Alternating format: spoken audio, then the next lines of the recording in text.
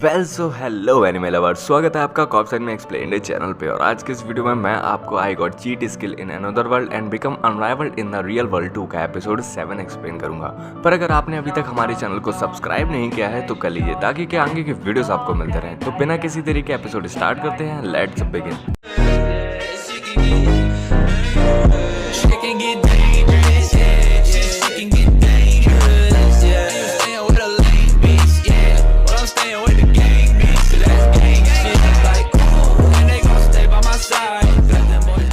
Episode के start में हम यूया को सुनते हैं जो कि बोल रहा था कि मैजिक बस हमारी इमेजिनेशन का मटेरियलाइजेशन करना है और इसका कोई भी यूज़ नहीं है अगर इसमें मैजिक सोर्स ना हो। फिर वो पहली बार एक ट्रांसपोर्टेशन मैजिक यूज़ करता है और वो इसमें सक्सेसफुल भी हो जाता है। यूया नाइट से कहता है कि ये बहुत सही है, जब मैं वहाँ स्कूल ट्रिप पे बाहर होऊंगा तो मैं रात को तुम्हें इसकी हेल्प से खाना दे पाऊंगा। फिर वो लोग टेलीपोर्ट होके जंगल के अंधेरे हिस्से में थे और वो लोग गुफा के अंदर जाते हैं जहाँ पे वो गॉब्लिन्स को मार रहे थे और उनके आइटम्स कलेक्ट करते हैं। और केव से बाहर निकलते ही दोनों वापस जाने की सोचते हैं, पर तभी नाइट को वहाँ किसी और की प्रेजेंस फील होती है और वो भागने लगता है। यूया भी उसके पीछे पीछे भागता है और तभी यूया को वो गायब होने का इशारा करता है और वो लोग देखते हैं कि एक लड़की गॉब्लिन्स के बीच में फंसी हुई है, लेकिन वो इतनी काबिल थी कि घायल होने के बाद भी उन गॉब्लिन से लड़ रही थी।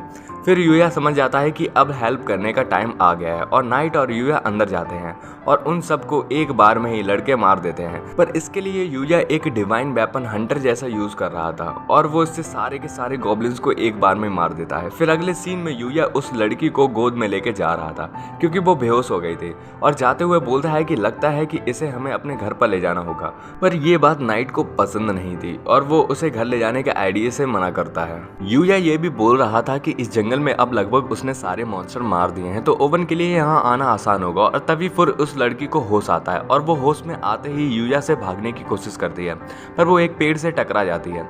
फिर यूया बोलता है कि क्या तुम ये ड्रिंक पीना चाहोगी, इससे तुम्हारी सारी चोटें ठीक हो जाएंगी।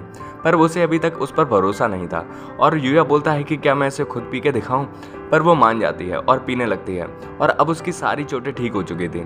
फिर वो पूछती है कि तुम कौन हो और यूया अपना नाम बताता है कि मेरा नाम यूया तेंजोई है और वो लड़की भी अपना नाम बताती है कि मेरा नाम लूना है और मैं यहाँ ट्रेनिंग पर आई थी, पर अचानक से एलीट लेवल के गॉब्लिन्स ने मुझे घेर लिया। और यूया से पूछती है कि तुम इस जंगल में अंधेरे हिस्से में क्या कर रहे हो और यूया बताता है कि मैं भी यहाँ पर ट्रेनिंग पर आया हूँ। और वो ये जान के शॉक होते हैं क्योंकि यूया इस जंगल के अंधेरे हिस्से में ट्रेनिंग करता है और वो एक दूसरे को देख के ऑकवर्डली हंसने लगते हैं। फिर वो कहती है कि जो मुझे बाहों में लेके आ रहा था कि वो तुम ही थे ना, और यूया बोलता है कि हाँ। और लूना उसे सॉरी बोलती है कि वो इतनी वीक हो गई थी कि तुम्हें उसे बचाना पड़ा और वो बोलता है कि नहीं कोई बात नहीं। और वो गॉब्लिन से लड़ते हुए काफ़ी पसीने और गंदी हो गई थी तो वो यूया से पूछती है कि यहाँ पर कोई आसपास नदी है जहाँ पे वो खुद को साफ कर सके, पर यूया तो उसे पूरी बात प्रोवाइड करा देता है और वो उसमें नहा रही थी।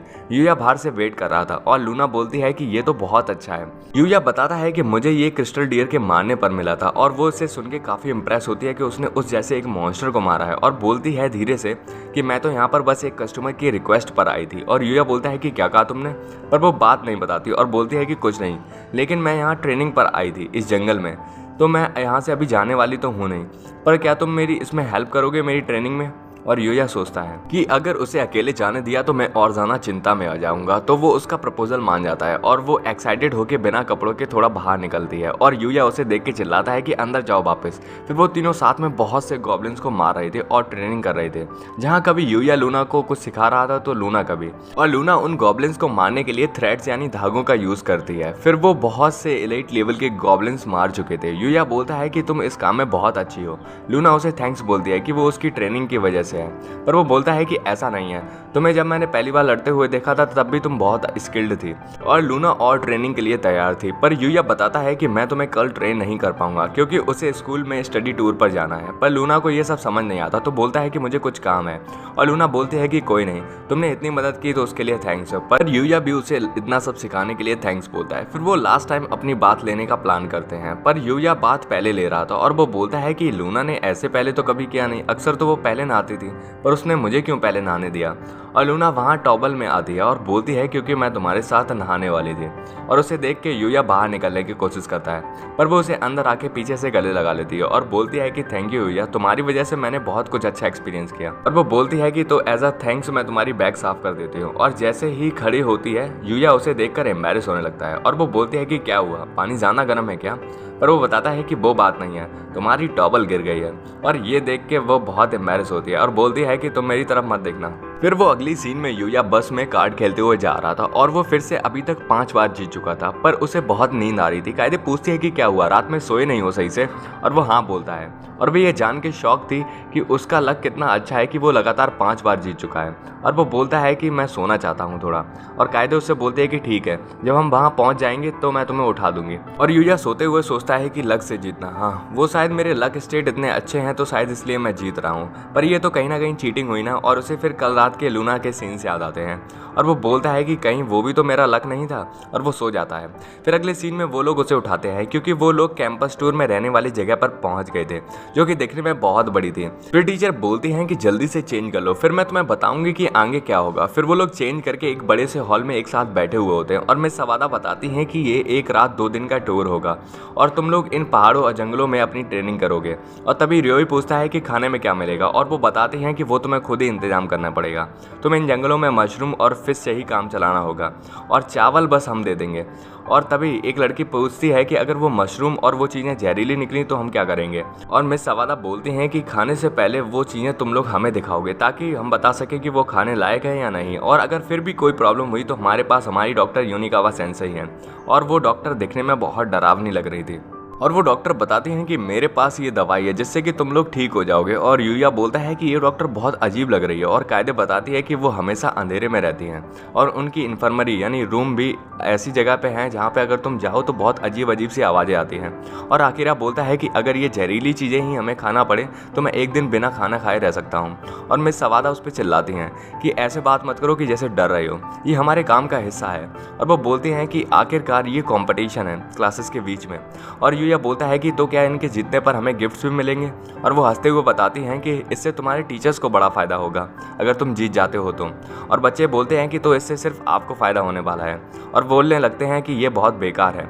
और वो लोग सोच रहे थे कि चलो छोड़ो, कम से कम इस बिल्डिंग में तो रहने को मिलेगा। पर सवादा सेंसेई बताती हैं कि ये जगह सिर्फ टीचर्स के रहने के लिए है, तुम लोग तो जंगल में रहोगे। और ये सुन के सब शौक होते हैं।